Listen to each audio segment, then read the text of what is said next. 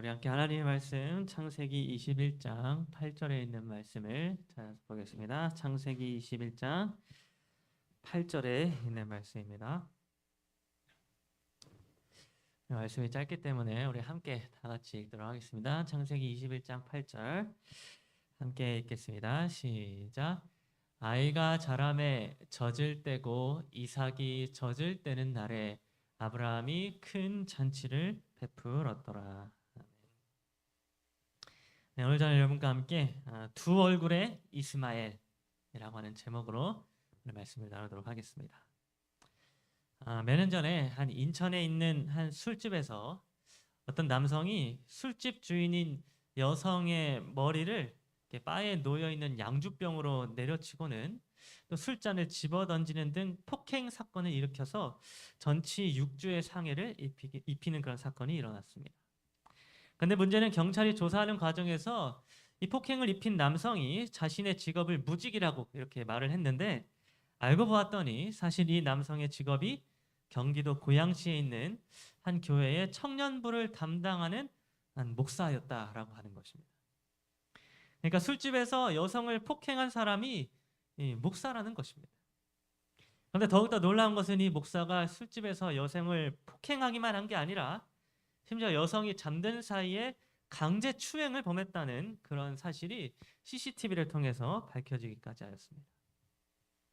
한 교회 목사가, 하나님의 뜻을 전하고 또 복음을 세상에 전해야 하는 그런 목사가 술집에서 여성을 폭행하고 추행하는 그러한 일을 범했던 것입니다. 그런데 여러분, 이 목사는 자신이 출석하고 있던 그 자신의 교회에서는 전혀 술집에서와는 전혀 다른 사람으로서 살았던 것 같습니다. 교회 측은 이 목사가 술집에 다닌다고 하는 사실을 전혀 알지 못하였던 것입니다. 아마도 이 목사는 자신의 교회에서는 술집에 있을 때와는 전혀 다른 모습으로 성도들을 대하였을 것입니다. 아마도 이 목사는 술집에서와는 전혀 다른 얼굴로 또 전혀 다른 모습으로 성도들을 대하고 또 성도들에게 말씀을 전하는 일을 하였을 것입니다. 그런데 결국 이 두 개의 얼굴을 가지고 있던 목사는 세상에 자신의 진짜 얼굴을 드러내게 되었습니다. 술집에서 여성을 폭행하고 또 추행하는 그런 자신의 진짜 모습이 세상에 밝혀지게 된 것입니다. 여러분, 이 목사는 결국에는 이 교회에서 제명을 당하는 절차를 밟게 되어서 교회에서 결국에는 쫓겨나게 되었다고 합니다. 여러분, 목사라고 불렸던 이 사람은 두 개의 얼굴을 가지고 있었습니다. 교회에서는, 교회 안에서는 성도들에게 친절하게 대하고 또 이웃을 사랑하는 모습을 나타내 보이고 봉사를 하면서 하나님의 사랑을 선포하였지만, 그의 진짜 얼굴은 술집에 들락날락거리고 술집에서 여성을 추행하고 폭행하는 그러한 악한 모습의 얼굴이 그의 진짜 얼굴이었던 것입니다. 여러분, 세상은 이 일이 있기 이전까지 이 목사의 참 모습을 알지 못하고 있었습니다. 세상은 이 목사가 교회에서 보이는 모습처럼 그저 선하고 온화한 목사인 줄 알았던 것입니다. 그런데 결국 이 목사의 참된 모습을 세상이 알게 되었습니다. 이 사람이 얼마나 악한 자인지, 그의 참된 성격이 세상에 밝혀지게 된 것입니다. 그런데 여러분, 하나님의 말씀인 이 성경에도 두 개의 얼굴을 가지고 있다가 마침내 그의 참된 성격이 드러나게 되어가지고 교회에서 쫓겨나게 된 이 악한 목사와도 같이 두 개의 얼굴을 가지고 있다가 마침내 그의 참된 성격이 드러나게 되어서 쫓겨나게 된 한 사람의 이야기가 기록되어져 있었습니다. 성경에도 두 개의 얼굴을 가진 사람의 이야기가 기록되어져 있다는 것입니다. 그래서 오늘 이 시간에는 두 얼굴을 가진 한 사람의 이야기를 살펴보는 시간을 갖도록 하겠습니다. 먼저 창세기 21장 2절과 3절은 이렇게 기록해주고 있습니다. 사라가 임신하고 하나님이 말씀하신 시기가 되어 노년에 아브라함에게 아들을 낳으니 아브라함이 그에게 태어난 아들 곧 사라가 자기에게서 낳은 아들을 이름하여 이삭이라 하였고. 그러면 창세기 21장에서 우리는 드디어 정말 오랫동안 기다려왔던 하나님의 약속이 아브라함을 통하여 성취되는 것을 보게 됩니다. 아들을 낳겠다는 아브라함을 향한 하나님의 약속이 드디어 때가 되자 성취가 되었다는 것입니다. 아브라함과 사라는 하나님이 정하신 때와 시기가 되었을 때에 비로소 하나님이 약속하신 아들 이삭을 낳게 되었습니다. 여러분, 이때 이삭을 낳게 된 아브라함과 사라가 얼마나 기뻤을까요? 아들을 원래는 낳을 수가 없는 그런 죽은 자와 같은 몸 상태에 있었던 이 두 사람이 드디어 기다리고 기다렸던 아들을 기적적으로 낳게 되었을 때에 여러분, 이 사람들이 얼마나 큰 기쁨을 누리게 되었을까요? 여러분, 이 두 사람이 그 이삭을 낳은 일이 얼마나 기뻤는지 아이가 자라면서 아주 큰 잔치를 베풀게 되었다고 창세기 21장 8절을 기록해주고 있습니다. 아이가 자라매 젖을 때고 이삭이 젖을 때는 날에 아브라함이 큰 잔치를 베풀었더라. 여러분, 하갈을 통하여 육체의 아들 이스마엘을 아브라함이 낳았을 때에는 아브라함이 그 이스마엘을 위하여 잔치를 베풀었다는 기록을 우리는 성경에서 찾아볼 수가 없지만, 아브라함이 이삭을 낳았을 때는 이렇게 큰 잔치를 베풀었다고 성경은 기록해 주고 있었습니다. 아들 이삭을 낳은 게 얼마나 기뻤는지, 그리고 그 아들 이삭이 얼마나 사랑스러웠는지 아브라함과 사라는 이 아들 이삭을 위하여 정말 큰 잔치를 베풀게 되었던 것입니다. 그런데 여러분, 이 이삭을 위하여 베푼 잔치가 언제 이루어지게 된 것인지에 대하여 성경은 뭐라고 기록을 해주고 있는가 하면, 바로 이삭이 젖을 때는 날에 큰 잔치를 베풀었다라고 기록을 해주고 있습니다. 여러분, 당시 아이들은 언제 부모님의 젖을 떼게 되었는가 하면 바로 태어난 지 한 3년이 지났을 때에, 즉 아이가 3살 이상이 딱 되었을 때에 그때 비로소 젖을 떼게 되었습니다. 오늘날의 아이들은 제가 언제 젖을 떼는지 제가 아직 아이를 안 낳아봐서 잘 모르겠지만, 아브라함이 살던 당시에 또 이스라엘 당시의 아이들은 3살이 되었을 때 이렇게 젖을 떼게 되었다고 합니다. 그러면 아브라함은 이삭이 젖을 떼게 되는 3년이 지났을 때에 이 이삭을 위하여 잔치를 베풀었다는 사실을 우리는 알 수 있는 것입니다. 이때 아브라함이 이삭을 위하여 베풀었던 이 큰 잔치는 이삭을 기뻐하는 기쁨의 큰 잔치이기도 하였지만, 동시에 이 잔치는 이삭이 아브라함의 기업을 잇는 상속자가 될 것이라는 사실을 많은 사람들 앞에 확증하고 증거하기 위한 그런 잔치이기도 하였습니다. 이삭이 앞으로 아브라함의 기업을 이어나가고 또 하나님의 약속을 이어나가게 되는 그런 아브라함의 기업을 물려받을 자가 될 것이라는 그 사실을 많은 사람들 앞에서 알리기 위한 그런 목적의 잔치였다는 것입니다. 그런데 여러분, 이렇게 정말 큰 기쁨의 잔치에 기뻐할 수가 없었던 2명의 사람이 있었습니다. 기쁨과 행복이 가득한 이 잔치에 조금도 기뻐하지 못하고 있었던 2 사람이 있었는데, 한 사람은 바로 아브라함의 첩이었던 하갈이었고, 또 다른 한 사람은 이 하갈의 아들이었던 이스마엘이었습니다. 여러분, 이 이스마엘이라고 하는 사람은 이삭이 태어나기 전까지 아브라함의 유일한 아들이었습니다. 그래서 이삭이 태어나지 않았다면 아브라함의 기업을 물려받을 사람은 바로 이 하갈의 아들 이스마엘이었던 것입니다. 그런데 이삭이 태어나게 되므로 이 이스마엘은 상속자로서의 자신의 위치를 모두 잃어버리게 되었습니다. 그래서 이때 이스마엘은 어떠한 행동을 하게 되었는가 하면 창세기 21장 9절은 이렇게 기록하고 있습니다. 사라가 본즉 아브라함의 아들 애굽 여인 하갈의 아들이, 이 아들이 이스마엘입니다. 이스마엘이 이삭을 놀리는지라. 여러분, 여기에서 이스마엘이 이삭을 놀렸다라고 할 때에 이 놀렸다라고 하는 히브리어 단어는 메차헤크라고 하는 단어인데, 이 단어는 그냥 놀리는 그 정도의 의미가 아니라 멸시하다, 조롱하다, 그리고 핍박하다라고 하는 뜻을 가지고 있습니다. 그러면 여러분, 이때의 이스마엘은 이삭을 그저 장난삼아 놀리는 정도가 아니라 자신의 상속권을 빼앗아간 이삭에게 큰 불만을 품고 아주 의도적으로 이삭을 조롱하고 핍박하고 또 희롱하였다고 하는 것을 확인할 수가 있는 것입니다. 여러분 여기서 우리가 생각해 볼 점이 하나 있습니다. 여러분 이스마엘이라고 하는 사람은 이삭이 태어나기 전까지는 정말로 얌전하고 착한 아들이었습니다. 앞으로 아브라함의 상속자가 될 이스마엘은 집안에서 정말 큰 기대를 받고 있는 자로서 아주 의젓한 모습으로 지냈던 것입니다. 여러분 이스마엘은 이전까지는 누군가를 놀리고 희롱하는 그런 사람이었다기보다는 오히려 남을 도와주고 집안의 굳은 일도 정말 묵묵히 해내는 착하고 충성된 아들의 모습을 하고 있었을 것입니다. 그런데 여러분 그렇게 착해 보였고 그렇게 의젓해 보였던 이스마엘은 사실은 두 개의 얼굴을 가지고 있던 사람이었습니다.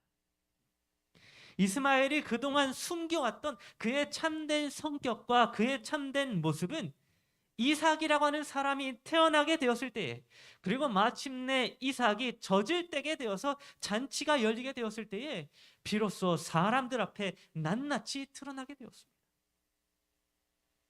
여러분 이스마엘의 참된 모습은 무엇이었습니까? 이스마엘의 참된 얼굴은 어떤 얼굴이었습니까? 여러분 그의 진짜 얼굴은 자신의 위치를 위협하는 자를 철저하게 짓밟고 조롱하며 핍박을 가하고 희롱하는 그런 참으로 악한 자의 모습이 바로 이스마엘이라고 하는 사람의 진짜 모습이었던 것입니다. 여러분 이삭을 위한 잔치가 열리기 전까지 사람들은 그 누구도 이스마엘의 참된 모습을 알지 못하였습니다. 이때 이스마엘의 나이가 약 16세에서 17세가 되었을 것인데 무려 17년이 지나도록 아브라함을 포함하여 그 집안에 있던 사람들 중에 그 누구도 이스마엘의 진짜 얼굴을 알지 못하였던 것입니다. 그런데 이삭을 위한 잔치가 열리게 된 바로 그날에 아브라함의 집안에 있던 사람들과 잔치에 참석한 많은 사람들이 이 이스마엘의 참된 모습이 무엇인지를 알게 되었습니다. 그 잔치에 참석한 모든 사람들이 비로소 낱낱이 드러나게 된 이스마엘의 참 모습과 그의 악함을 보게 되었던 것입니다. 그러나 여러분 이스마엘의 참된 악한 얼굴이 사람들 앞에 낱낱이 공개되었을 때 결국 사라의 요청에 의하여 이스마엘은 집안에서 쫓겨나게 되었다고 성경은 기록해주고 있습니다.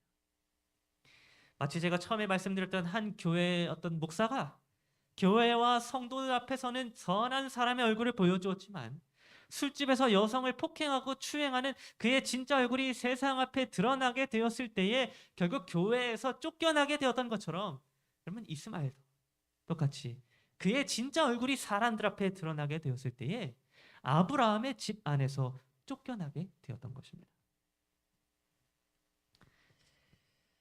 그런데 여러분 오늘 우리가 살펴본 창세기 21장의 이 이야기는 사실은 이삭과 이스마엘의 이야기가 아니었습니다. 성경이 이삭과 이스마엘의 이야기를 기록해 준 목적은 이삭이라고 하는 사람과 이스마엘이라고 하는 사람 자체를 알리려고 기록해 준 것이 아니라고 하는 것입니다. 여러분 창세기 21장의 이야기는 사실 누구의 이야기였는가 하면 바로 예수 그리스도의 십자가 사건을 미리 보여주는 예수님의 이야기였습니다. 여러분 많은 사람들은 이 다음 장에 있는 창세기 22장에 기록된 이삭의 이야기, 즉 아브라함이 모리아 산으로 올라가 독생자 아들 이삭을 번제로 드리는 그 사건을 이야기하면서 아 그때의 이삭이 예수 그리스도를 상징하는 모형이구나라고 그렇게 이야기합니다. 그런데 여러분 창세기 22장에서뿐만이 아니라 창세기 21장에서 이삭이 태어나 젖을 떼고 잔치를 벌이는 이야기를 통하여 여러분 이미 성경은 이삭의 모습을 통하여 예수 그리스도의 십자가 사건을 우리들에게 보여주고 있었습니다. 창세기 21장에서 이삭이 태어나 큰 잔치가 열리게 되고 그 잔치에서 이스마엘이 쫓겨나게 되는 이 이야기가 바로 예수 그리스도의 십자가 사건을 상징해주는 모형이었다고 하는 것입니다. 첫 번째로 창세기 21장에서 때가 되었을 때에 기적적으로 탄생한 아들 이삭은 바로 예수 그리스도를 상징하고 있었습니다.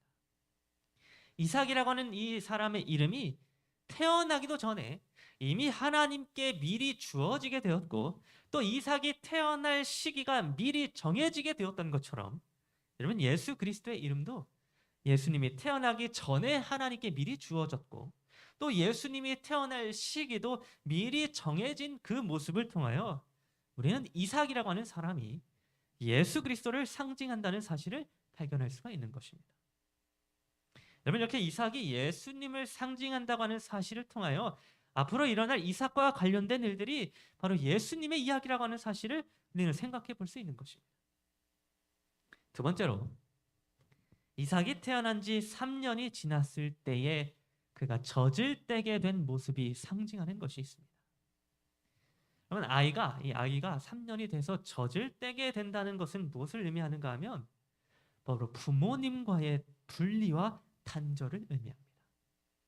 부모로부터 젖을 먹을 때에는 부모와 아이가 연결이 되어져 있고, 또 부모의 아주 극진한 보살핌 속에 아이가 있지만, 그가 젖을 떼게 되는 그 순간부터 아이는 태어나서 처음으로 부모님과의 분리를 경험하게 되는 것입니다. 그러면 여러분, 이삭이 태어나서 부모님과 쭉 연결되어 있다가 젖을 떼게 되는 3년의 시간이 지난 이후에 이삭은 처음으로 부모님과의 분리를 경험하게 되었던 것입니다. 그처럼 이삭이 상징하고 있는 예수 그리스도께서도 3년이라고 하는 지상 사역이 끝나게 되었을 때에 예수님의 생애 가운데 처음으로 하나님과의 분리와 단절을 경험하시게 되었습니다. 여러분, 예수님은 이 땅에서 몇 년 지상 사역을 하셨습니까? 예수님이 몇 년 이 땅에서 지상 사역을 하셨죠? 네, 3년 반 동안 지상 사역을 하셨습니다. 예수님은 3년이라고 하는 시간 동안 하나님과 연결되어 있으셨고, 단 한 번도 하나님과의 분리를 그동안 경험해 보지 못하셨습니다. 그런데 아이가 젖을 떼게 되는 3년이라고 하는 시간이 지났을 때에 그때 예수님은 처음으로 하나님과의 분리를 경험하시게 되었습니다. 시대소망 754페이지는 그 사실에 대하여 이렇게 기록해주고 있습니다. 그리스도께서는 그 무서운 시간에 아버지의 임재하심에서 오는 위로를 받지 못했다. 그분은 홀로 포도즙 틀을 밟으셨으며 백성 가운데 그분과 함께한 사람은 하나도 없었다. 여러분, 예수님은 3년이 지나서 십자가에 달리셨을 때 하나님과 분리되셨고 또 단절되셨습니다. 마치 아이가 3년이 지났을 때에 젖을 떼게 되므로 처음으로 부모님과의 분리와 단절을 경험하게 되는 것처럼 예수님도 3년이라고 하는 지상사역이 끝났을 때에 십자가에서 하나님과 분리와 단절을 경험하게 되셨던 것입니다. 그래서 예수님은 십자가를 홀로 걸어가셨습니다. 하나님의 임재를 그곳에서 느끼지 못하고 하나님의 음성을 그곳에서 듣지 못한 채 예수님은 하나님과의 분리와 단절 속에서 홀로 십자가의 길을 걸어가셔야만 했던 것입니다. 그래서 예수님은 하나님과 분리가 되어진 그 사실에 대하여 마태복음 27장 46절에서 이렇게 외치셨습니다. 제9시쯤에 예수께서 크게 소리질러 가라사대 엘리 엘리 라마 사박다니 하시니, 이는 곧 나의 하나님 나의 하나님 어찌하여 나를 버리셨나이까 하는 뜻이라. 여러분, 이 말씀처럼 예수님은 십자가에서 하나님과의 분리를 경험하셨습니다. 3년 동안 내내 하나님과 연결되어 있었고 하나님과 하나가 되셨던 예수님께서 십자가에서 하나님과 분리가 되는 경험을 하시게 되었던 것입니다. 세 번째로, 이삭이 젖을 떼게 되는 바로 그날에 아브라함은 큰 잔치를 베풀었다고 성경은 기록해 주고 있습니다. 그러면 이 큰 잔치의 성격에 대해서 한번 살펴보면 먼저 잔치가 열린 시간을 보겠습니다. 그러면 성경은 잔치가 열린 그 날이 바로 이삭이 젖을 떼게 되는 날이었다고 기록을 해주고 있습니다. 다시 말해서 이삭이 젖을 떼게 되는 그 날에 큰 잔치가 열렸다라는 것입니다. 다음으로는 잔치의 규모입니다. 그러면 이삭이 젖을 떼게 되었을 때 열리게 된 이 잔치의 규모는 작은 잔치가 아니라 큰 잔치였다라고 성경은 기록해주고 있습니다. 뭐 이 큰 잔치라고 하는 말이 대체 얼마만큼 큰 규모의 잔치인지는 확신할 수 없지만 적어도 아브라함의 집 안에 속해 있는 사람 모두가 다 참석하는 잔치였다는 것을 우리는 생각해 볼 수가 있습니다. 뿐만 아니라 이때의 히브리인들은 큰 잔치를 베풀 때에 자신의 집안 사람들뿐만이 아니라 이웃까지도 다 불러가지고 잔치에 참여하도록 하는 것이 당시의 관례였기 때문에 우리는 이때 아브라함이 그 많은 자신의 집안 식구들과 종들뿐만 아니라 이웃에 있었던 수많은 사람들도 함께 불러가지고 잔치를 크게 베풀었다는 사실을 확인할 수가 있는 것입니다. 다음으로는 잔치의 목적입니다. 아브라함이 이삭을 위하여 베풀었던 큰 잔치의 목적은 젖을 땐 아이를 축하해주는 그런 목적도 있었지만 그보다 더 큰 목적은 바로 이삭이라고 하는 사람이 아브라함의 상속자가 되어서 아브라함의 기업을 물려받게 될 것임을 많은 사람들 앞에 증거하고 확증하기 위함이었습니다. 아브라함은 이 큰 잔치를 통하여 이삭이 자신의 상속자가 될 것임을 선포하였던 것입니다. 그게 이 잔치의 목적이었습니다. 근데 여러분, 이와 같이 예수 그리스도께서도 젖을 떼게 되는 3년 동안의 지상 사역에 맞춰지고 십자가에 달리셨을 때에 여러분, 이 땅에서는 큰 잔치가 열리게 되었습니다. 여러분, 예수님이 십자가에 달리신 바로 그 날에 이 땅에서 어떤 잔치가 열렸습니까? 네, 유월절이라고 하는 큰 잔치가 열리게 되었습니다. 예수님이 십자가에 달리셔서 하나님과의 분리가 되셨던 바로 그 날에, 그 시간에 유월절이라고 하는 큰 잔치가 이 땅에 열리게 되었던 것입니다. 뿐만 아니라 예수님이 십자가에 달리셨을 때 열리게 된 큰 잔치는 그 규모에 있어서 우주 역사상 가장 큰 규모의 잔치가 되었습니다. 여러분, 예수님이 십자가에 달리셨을 때에 이스라엘 수많은 사람들이 그 장소에 모여 있었습니다. 아브라함의 후손이라고 외치는 아브라함의 집안 사람들이 세계 각지에서 모여들어가지고 예수님의 십자가를 보게 되었고, 또 로마 사람들과 헬라 사람들, 그리고 각국에서 몰려온 수많은 사람들이 예수님을 보게 되었습니다. 뿐만 아니라 이 땅에서뿐만이 아니라 저 하늘 우주에서는 모든 천사들과 다른 모든 피조물들이 여기 이 잔치에 참여하여 예수 그리스도의 모습을 보게 되었던 것입니다. 또한 여러분, 예수님이 십자가에 달리셨을 때 열렸던 이 큰 잔치는 그 목적에 있어서 이삭의 잔치와 동일하였습니다. 여러분, 이삭을 위하여 열었던 잔치가 이삭을 아브라함의 상속자로 증거하기 위해 열린 잔치였던 것처럼 예수님이 십자가에 달리실 때 열렸던 이 큰 잔치는 예수 그리스도께서 이 세상의 상속자가 되실 것임을 증거하는 큰 잔치였습니다. 십자가 이전에, 예수님이 십자가에 달리시기 이전에 이 땅은 사탄 마귀의 것이었습니다. 이삭이 태어나기 전에 이스마엘이 아브라함의 상속자였던 것처럼 예수 그리스도께서 탄생하시고 십자가에 달려 죽으시기 이전에는 이 땅의 상속자가 사탄 마귀였다고 하는 것입니다. 그런데 예수님께서 십자가에 달리셔서 사탄과의 싸움에서 승리하셨을 때에 마침내 이 땅의 상속자는 예수님의 것이 되었습니다. 그러면 여러분, 예수님이 십자가에 달리셨을 때 열린 그 큰 잔치의 목적은 바로 예수 그리스도께서 사탄을 이기시고 이 땅의 상속자가 되셨음을 증거하기 위함이었던 것입니다. 여러분, 네 번째로 이삭을 위한 큰 잔치가 열렸던 바로 그날에 여러분, 이스마엘은 이삭을 놀리게 되었고, 그로 인하여 이스마엘 자신의 참된 성격이, 그의 두 얼굴이 모든 사람들 앞에 드러나게 되었습니다. 그런데 이와 같이 여러분, 사탄은 예수 그리스도를 위한 큰 잔치가 열리게 되었을 때 예수님을 모욕하고 예수님을 핍박하였으며 예수님을 희롱하고 조롱하였습니다. 사탄은 사람들을 부추겨서 예수님을 채찍질하도록 하였습니다. 사탄은 예수님의 얼굴에 침을 뱉도록 하였으며 그분의 손과 발에 못이 박히도록 하였으며 그분의 이마에는 가시관을 씌웠고 그분의 옆구리에는 창을 찌르게 하여 예수님을 괴롭게 하였습니다. 이때 예수님은 이삭이 이스마엘에게 받았던 핍박을 이스마엘에게 이삭이 핍박을 당했을 때 아무런 저항도 하지 않았던 것과 동일하게 예수님도 십자가에서 핍박을 당하셨을 때에 침묵하심으로 그 모든 괴롭힘을 친히 감당하셨습니다. 그러나 여러분, 이 일로 말미암아 사탄은 이때에 자신의 참된 성격을 온 우주 앞에 낱낱이 드러내게 되었습니다. 이와 관련하여 시대소망 758페이지는 이렇게 기록해주고 있습니다. 그리스도께서 죽으시기 전까지는 사단의 성격이 천사들과 타락하지 않은 세계에 분명하게 나타나지 않았었다.